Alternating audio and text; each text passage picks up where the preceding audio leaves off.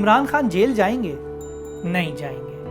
یہ وہ بحث ہے جو آج کل پاکستانی سیاست کا ہاٹ ٹاپک بنی ہوئی ہے، لیکن بہت کم لوگ یہ جانتے ہیں کہ عمران خان 2007 میں مشرف دور کے اندر وکلا تحریک کے دوران تقریباً 7 دن ڈیرہ غازی خان جیل میں گزار چکے ہیں۔ پاکستان میں قداور سیاسی شخصیات کے جیل جانے کا سلسلہ 1948 میں ہی شروع ہو گیا تھا، جب خان عبدالغفار خان کو ریاست کے خلاف مبینہ بیان کے الزام میں گرفتار کیا اور کوہاٹ جیل منتقل کیا گیا۔ 60 کی دہائی میں عبدالغفار خان راولپنڈی ڈسٹرکٹ جیل میں بھی قید رہے ہیں۔ نوابزادہ نصر اللہ خان نے جنرل ضیاء الحق کے دور میں سینٹرل جیل لاہور میں قید کاٹی۔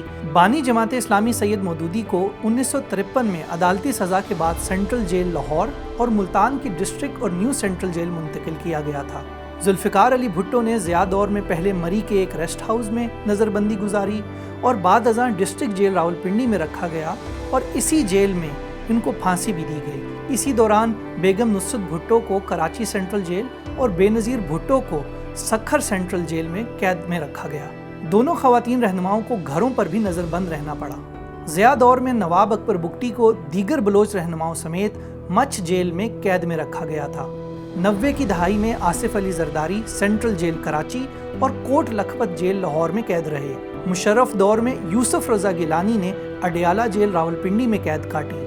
MQM کے بانی الطاف حسین 90 کی دہائی میں سینٹرل جیل کراچی میں پابند سلاسل رہے۔ مشرف دور میں نواز شریف اٹک قلعے سمیت اڈیالہ جیل میں قید رہے۔ پاناما لیکس کے فیصلے کے بعد انہیں کوٹ لکھپت جیل لاہور سمیت اڈیالہ جیل میں بھی قید رکھا گیا۔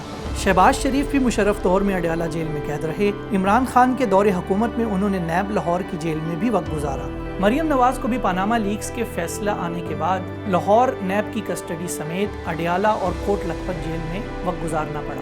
پاکستان میں سیاسی رہنماؤں کے جیل جانے کا تذکرہ شیخ رشید احمد کے ذکر کے بغیر نامکمل رہے گا۔ انہوں نے بھٹو دور کے اندر گجرانوالہ کی جیل سمیت راولپنڈی ڈسٹرکٹ جیل میں بھی وقت گزارا۔